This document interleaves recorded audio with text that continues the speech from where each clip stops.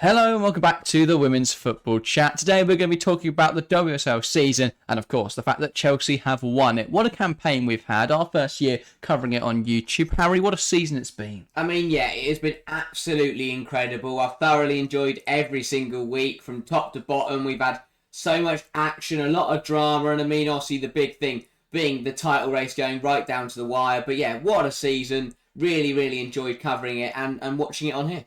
Yeah, let's talk about the story of the title race then, because it's been a real complex one. Most title races are quite simple, but there's been so many twists and turns in this one, and ultimately we've ended at the same conclusion, but it took a lot more effort for Chelsea to win this title than it has for any of their previous four, I think it could be argued. Yeah, 100%, and I feel like that there's a lot of different factors in that, but the difference is, and it's what we're used to, is that when the hammer falls, when it comes down to it at the end of the season, which team top the table? It's Chelsea. Of course, it's Chelsea. They know how to do it. They know why know what they need to do to win titles. And no matter what, yes, this season was a lot tougher than it has been in the last few years. They were pushed all the way. They made errors themselves, but come the end of the season, did enough, did the job, got the title across the line, and you have to say fair play to them. And what a way for Emma Hayes to bow out. Yeah, I think after the Liverpool game, the 4-3 loss to Liverpool,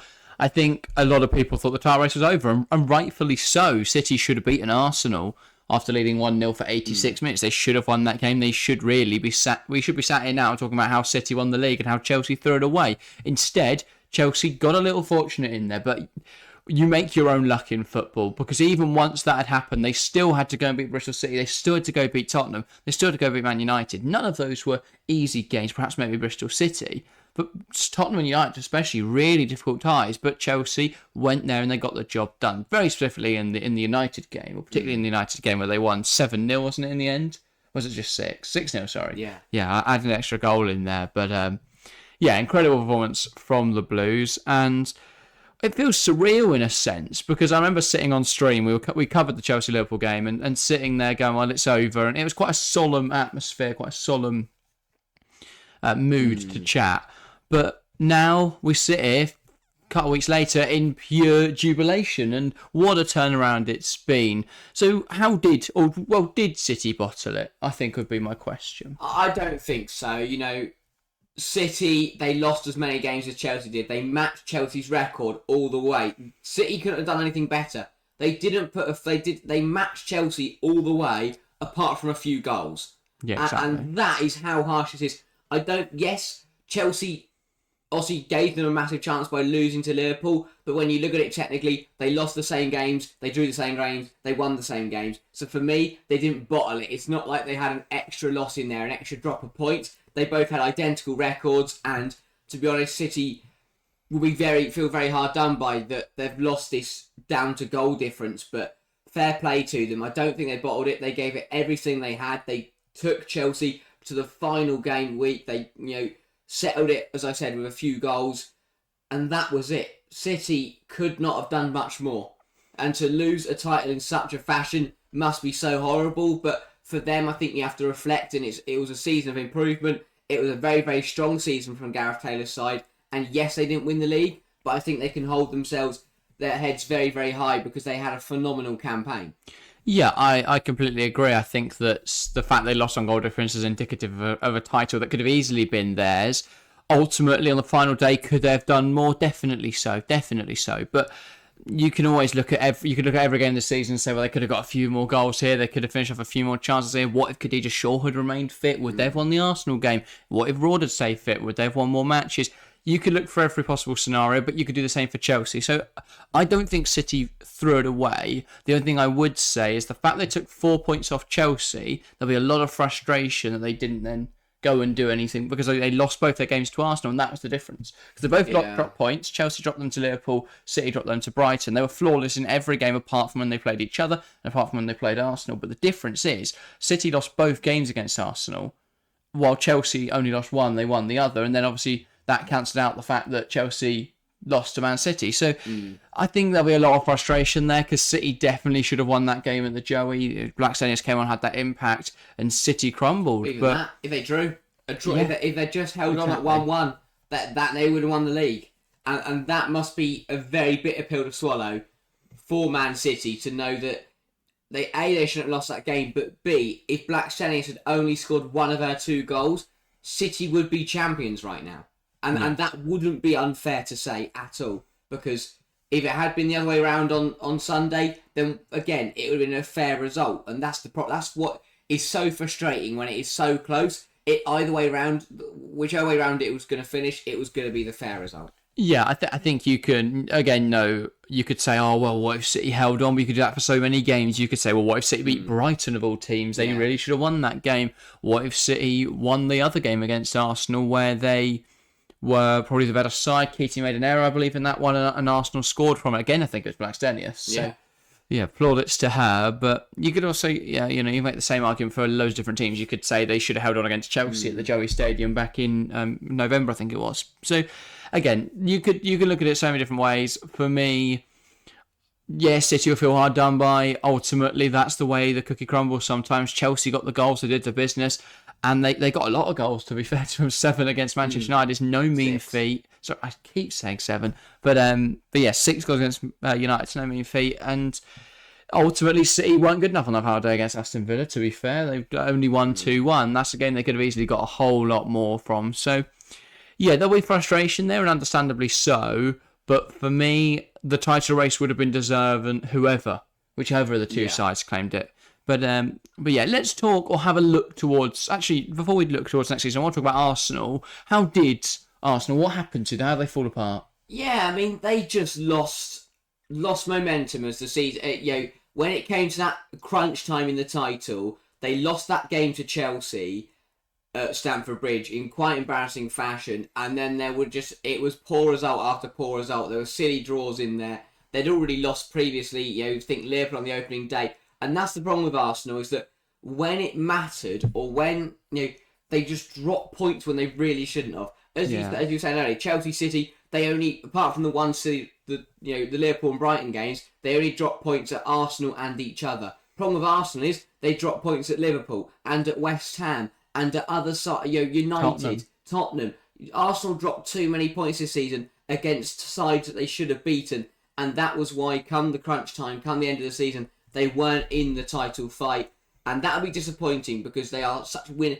Okay, I get that Tottenham are a good side, but Arsenal have got the better quality. United, again, that's thing. You look at these United and Liverpool games, they deserve to lose. They deserve to draw. It was a Lacasse, 93rd minute equaliser in the United game that got them a point out of nothing. Tottenham, they didn't take their chance. There's a problem. There were too many games this season where Arsenal didn't do the business, didn't get the result across the line. They dropped too many points. They fell away mid-season towards the end and left us with a 2-horse race. But they're a good side, and if they can iron out those problems, they can definitely be up there for longer in the season.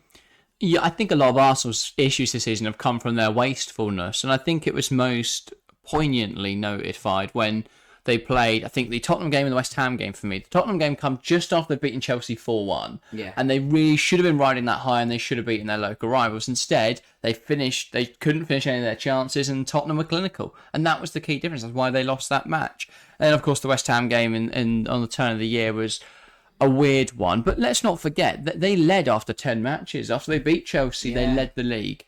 And I think, therefore, they'll be really frustrated with how this season's turned out. Because at that point, they were 3 points ahead of Man City, I believe, or perhaps even more than that.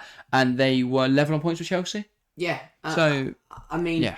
Arsenal have got to sort it out, because you think about it, they beat Chelsea once, lost once, and then they did the double over City. That is ridiculous. Exactly. That's 9 points from those two games, and they're the games that matter. But dropping stupid points against teams like Liverpool, Tottenham, West Ham, United. No, they won both games. Did they? They win 2-1? It was 2-1, yeah. 2-1, yeah. But that's how. They did the league double over City and beat Chelsea once, and they still weren't in the title fight with 3 or 4 games to go. Yeah. It's unbelievable, to be honest. It really is. They'll be very disappointed with how their season turned out. Yeah, and let's talk more generally then, because we are at what I think is a bit of an end of an era, of course, with Emma Hayes leaving Chelsea. 5 consecutive WSL titles. They've claimed 8 of the last 10.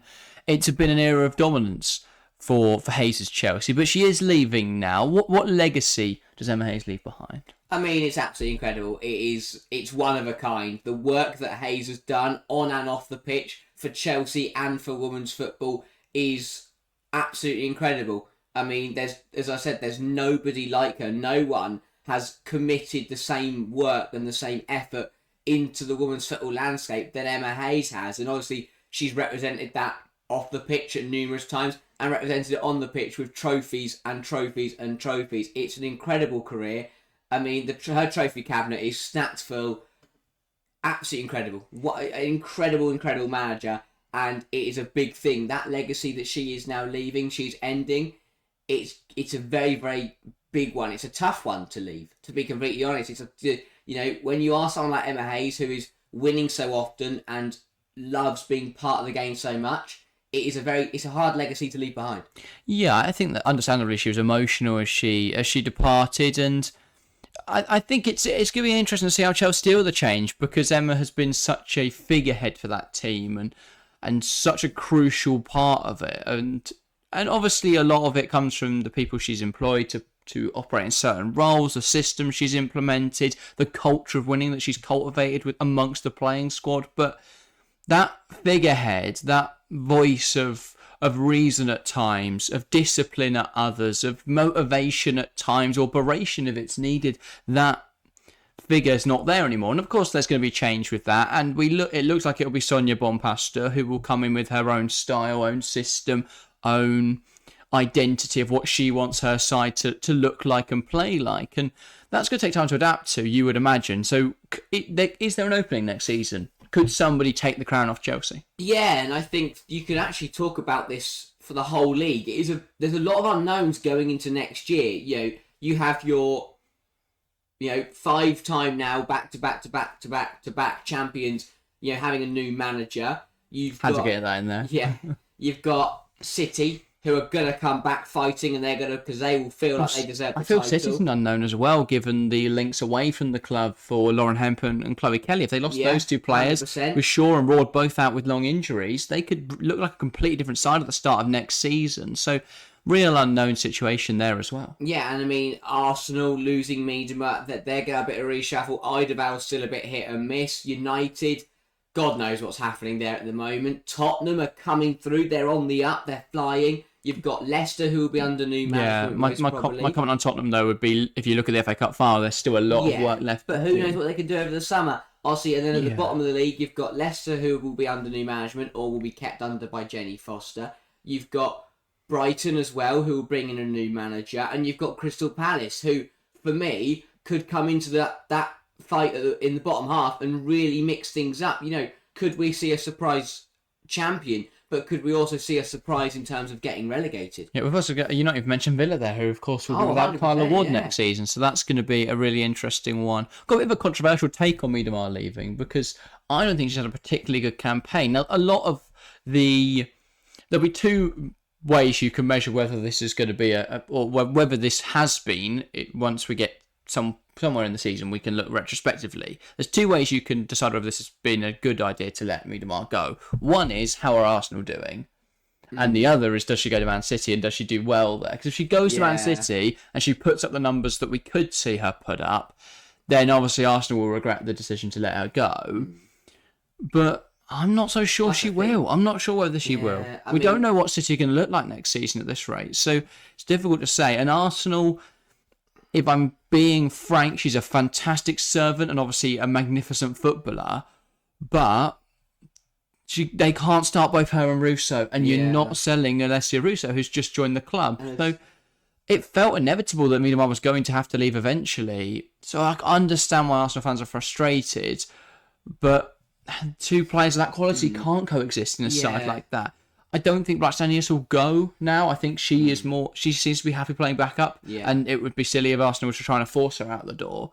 So I think they're fine there, and two strikers is enough to get by. They'd probably like to add a third there, even if it's an older player, while they wait for, is it Leah they've got coming through? I can't think of her first name, but they've got a young striker coming through. So, Arsenal, I think with the Miedema thing, it's going to be very interesting to see where she goes. If she goes to City, that could either be a match made in heaven or just a transfer that doesn't really work out. Yeah, I think the main problem is that a lot of Arsenal fans believe that Ida Val is obviously the one that's kind of forced Miedema out of the club, and there's different rumours or clips going around, but obviously we don't know if it is him or whether it is not him. The only thing I would say on that, I'm not sure, I'm not informed on the situation, but I would guess it's more of a recruitment thing than it's a management thing. I wouldn't expect Eidevall to have had a huge say in that because I don't think he had a huge say in the Alessia Russo deal. Because personally, I don't think Eidevall would have gone for her. You look at how his system, how he implements her in his system, it's not built around her. So I think that was a signing that Arsenal couldn't not make because it was a free, and she's a player that is worth more than $1 million, I would say, or was at least at the time. But I don't think that was an Eidevall signing in the same way that I think if Eidevall had control, they'd have signed Mary Earps by now, because it's quite clear he's not happy with the goalkeeping situation. I know they're now turning their attention to Daphne Van Domselaar, but there does seem to be a bit of a weird power dynamic going on at Arsenal, and perhaps they need to involve the manager a little more in those recruitment details. But we can't really say. I'm not an insider at Arsenal. I'm sure that there's people out there who would be able to give a much more insightful take, but from the outside looking in, that's how I judge the situation. But yeah, I think it's been a really, really good season this year, and I'm excited for next season because, as you said, there's so many unknowns, there's so much promise, and even if it's the same as last year, then bring it on. A title race between two titans of the women's game. You've got so much surprise. An FA Cup final involving none of the three big teams. I think that was incredible to see. I don't think we'll see the same next year, but you never know. We're hopefully going to have more English clubs in European football, which will level the playing field to a certain degree, because I do think Chelsea were, I don't know, limited or struggled a bit more because of their increased schedule compared to their title rivals. I think you could definitely make that argument. So hopefully all three of them in Europe. That's what we want to see. We want to see the English clubs striving in European competition, offering a bit of a challenge to Barcelona, if we're honest. But yeah, I'll be very intrigued to see what happens next season. I'm sure it will be just as exciting as this one. And obviously, the other thing, we'll have the battle for fourth, the Europa League spot that will be going up. And, you think Liverpool finished there this year, which would be great to see them in the second tier of European football that will start in 2025.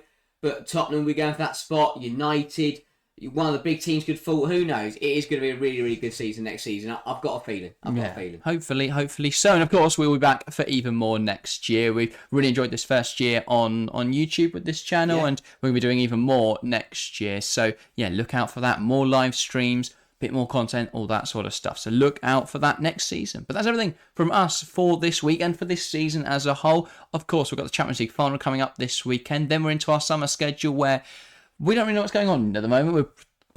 We will be covering the England internationals, the qualifiers for the Euro 2025 in Switzerland, and then of course we've got Olympics in August, which we may cover. There's nothing else going on at that time in the world of football, so we probably will cover a bit of that. So yeah, look out for all that sort of stuff. And that's everything from this season. I hope you guys have enjoyed every moment that you've spent with us, and thanks for tuning in to all the streams. We've done some incredible numbers in our first year, so thank you guys so much for your support, and well done to Chelsea, winning the WSL title for a fifth consecutive year. That's everything from us today, though. Thank you guys very, very much for watching, and we'll see you next season. See ya.